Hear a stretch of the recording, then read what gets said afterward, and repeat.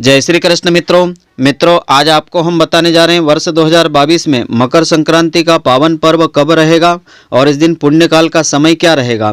मकर संक्रांति का क्या महत्व होता है यह भी आज आपको हम बताएंगे। तो मित्रों, आप सभी का बहुत बहुत स्वागत है आपके अपने ही चैनल एस्ट्रो गुरुजी में। यदि आपने अभी तक हमारे चैनल को सब्सक्राइब यदि नहीं किया हो तो अभी सब्सक्राइब कर लें और बेल आइकन को अवश्य दबाएं, जिससे हमारे अगले आने वाले नए वीडियो की नोटिफिकेशन सबसे पहले आपके पास पहुंचे। आप नित्य नई नई ज्ञानवर्धक जानकारियां व नित्य का राशिफल हमारे चैनल से प्राप्त करते रहें। हमारे हिंदू धर्म में मकर संक्रांति एक प्रमुख पर्व है। भारत के विभिन्न इलाकों में इस त्योहार को स्थानीय मान्यताओं के अनुसार मनाया जाता है। प्रतिवर्ष सामान्यतः मकर संक्रांति 14 जनवरी को मनाई जाती है। तो इस दिन सूर्य उत्तरायण होता है, जबकि उत्तरी गोलार्ध सूर्य की ओर मुड़ जाता है। ज्योतिष शास्त्र के अनुसार इसी दिन सूर्य मकर राशि में प्रवेश करता है। हिंदू त्योहारों की गणना चंद्रमा पर आधारित पंचांग के द्वारा की जाती है, लेकिन मकर संक्रांति पर्व सूर्य पर आधारित पंचांग की गणना से मनाया जाता है। मकर संक्रांति से ही ऋतु में परिवर्तन होने लगता है। शरद ऋतु क्षीण होने लगती है और बसंत ऋतु का आगमन हो जाता है। इसी के फलस्वरूप दिन बड़े होते हैं, रातें छोटी हो जाती हैं। धार्मिक और सांस्कृतिक इसका दृष्टिकोण होता है। भारत में धार्मिक और सांस्कृतिक नजरिए से मकर संक्रांति का बड़ा ही महत्व है। पौराणिक मान्यताओं के अनुसार मकर संक्रांति के दिन सूर्यदेव अपने पुत्र शनि के घर में जाते हैं। क्योंकि शनि मकर व कुंभ राशि का स्वामी है, लिहाजा यह पर्व पिता पुत्र के अनोखे मिलन से जुड़ा हुआ पर्व होता है। एक कथा के अनुसार असुरों पर भगवान विष्णु जी की विजय के तौर पर भी मकर संक्रांति का पर्व मनाया जाता है। तो धर्म ग्रंथों के अनुसार मकर संक्रांति के दिन ही भगवान विष्णु जी ने पृथ्वी लोक पर असुरों का संहार करके उनके सिरों को काट करके मंदराचल पर्वत पर गाड़ दिया था। तभी से भगवान विष्णु जी की विजय या जीत को मकर संक्रांति पर्व के तौर पर मनाया जाने लगा। तो नई फसल और ऋतु के आगमन के तौर पर भी मकर संक्रांति का पर्व मनाया जाता है।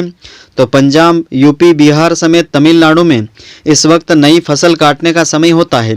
इसीलिए किसान मकर संक्रांति को आभार दिवस के रूप में मनाते हैं। खेतों में गेहूं, धान की लहराती फसल किसानों की मेहनत का परिणाम होती है, लेकिन यह सब ईश्वर और प्रकृति के आशीर्वाद से संभव होता है। तो पंजाब, जम्मू कश्मीर में मकर संक्रांति को लोहड़ी के नाम से मनाया जाता है।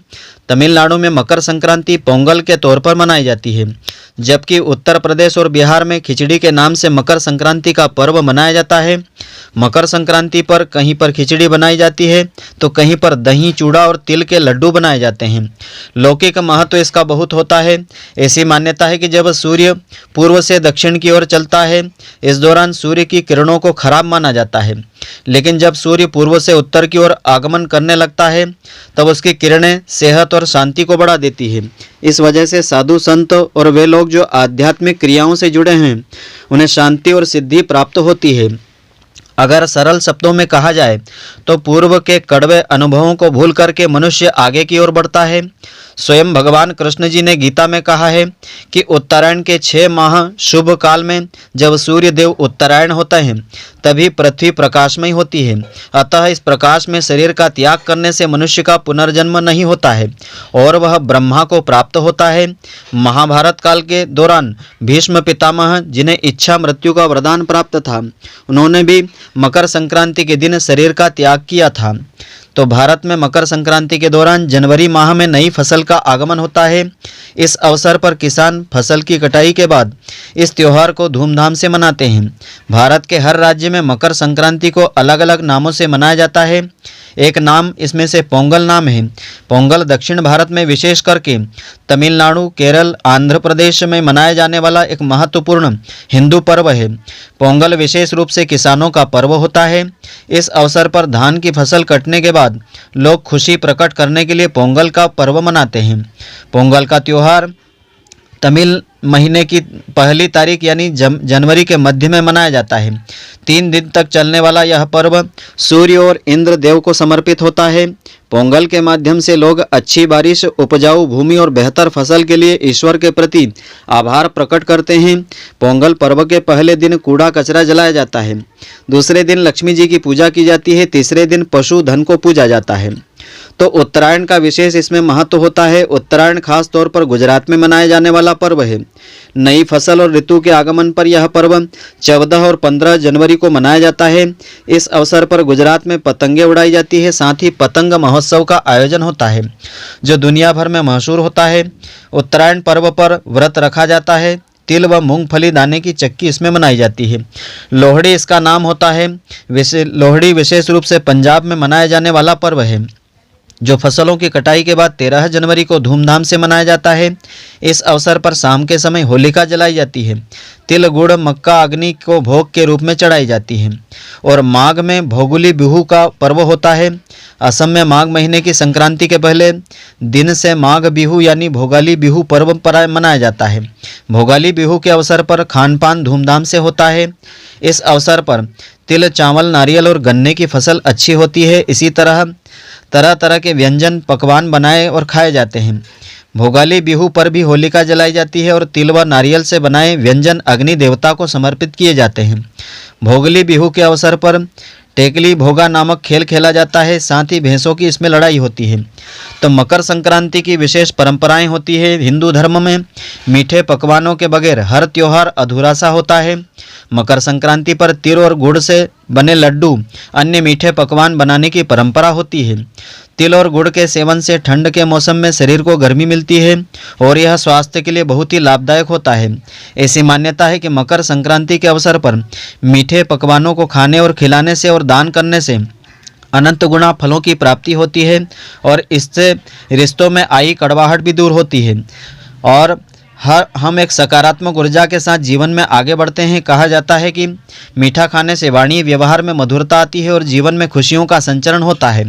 मकर संक्रांति के अवसर पर सूर्य देवता के पुत्र शनि के घर पहुंचने पर तिल और गुड़ की बनी मिठाई बांटी जाती है।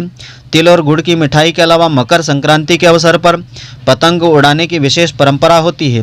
गुजरात और मध्य प्रदेश समेत देश के कई राज्यों में मकर संक्रांति के दौरान पतंग महोत्सव का आयोजन किया जाता है।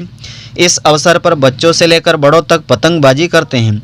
पतंगबाजी के दौरान पूरा आसमान रंग बिरंगी पतंगों से गुलजार हो जाता है। इस दिन तीर्थ दर्शन का विशेष महत्व होता है।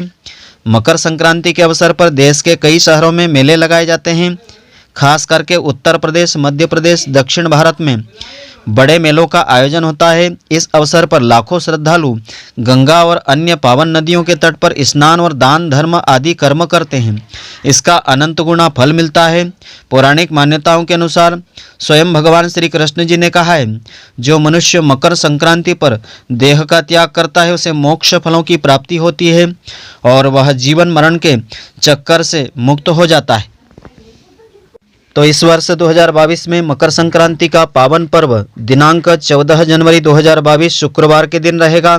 इस दिन का पुण्यकाल का मुहूर्त रहेगा दोपहर 2:12 से आरंभ होकर के सायंकाल 5:45 तक का समय सर्वश्रेष्ठ समय रहेगा। यह महापुण्य काल का समय रहेगा। इसकी अवधि 3 घंटे 32 मिनट की रहेगी। इस समय में विशेष पूजा आराधना करने से या दान करने से अनंत गुना फलों की प्राप्ति होगी। तो इस वर्ष 2022 में मकर संक्रांति के गुण इस प्रकार से रहेंगे। इनका नाम मिश्र नाम रहेगा। इनका वार के अनुसार मुख पूर्व दिशा में रहेगा। नैऋत्य कोण की ओर दृष्टि रहेगी और पूर्व दिशा की ओर गमन करेगी।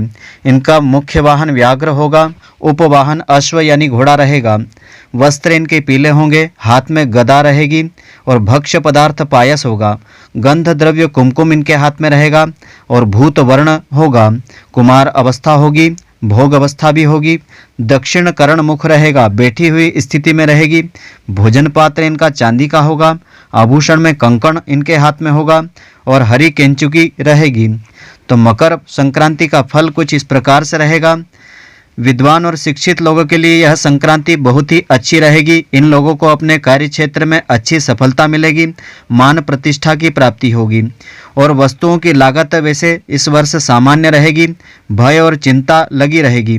लोगों को स्वास्थ्य लाभ होगा। राष्ट्रों के बीच संबंध मधुर होंगे और अनाज भंडारण में वृद्धि होगी। विशेष लाभ की प्राप्ति होगी।